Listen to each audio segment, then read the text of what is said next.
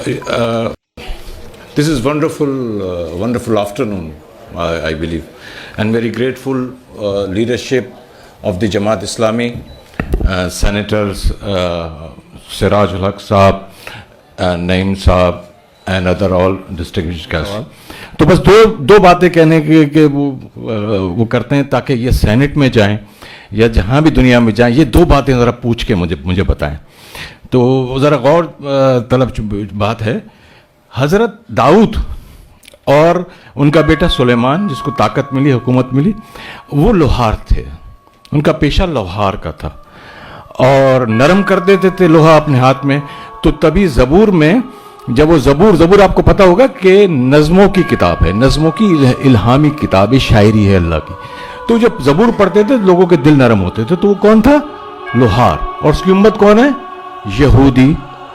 اب دوسرے ہمارے مطلب کے ماننے والے، دوسرے ہمارے جو بڑی ہے امت، یہ بڑے غور سے سننا ہے ہم سب نے، وہ کون ہے؟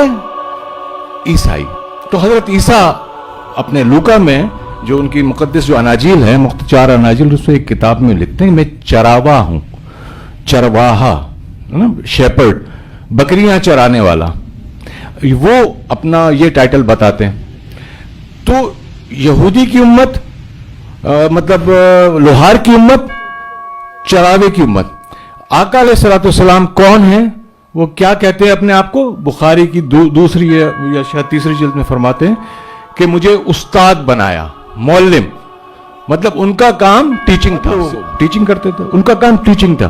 تو سوال یہ بنتا ہے سینیٹر صاحب کہ چراوے کی امت یہودی کہاں ہیں اور لوہار کی امت جو اپنا کہاں پہنچ گئی، جو عیسائی ہیں؟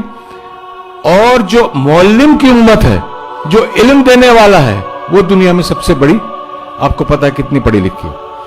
تو یہ معلم کے ساتھ زیادتی کیوں ہوئی؟ اور بس آخری دوسرا سوال جو آپ کہیں کر دیجئے گا اگر جواب مل جائے. صادق اور امین، یہ 2 ناموں سے کافر بھی جانتے تھے، عزت کرتے تھے. مسلمان تو کرتے ہی ہیں اب آقا علیہ السلام کی. صرف یہ پوچھنا ہے کہ سچے کی امت اتنی جھوٹی کیوں ہے اور امین کی امت اتنی چور کیوں ہے؟ Thank you very much.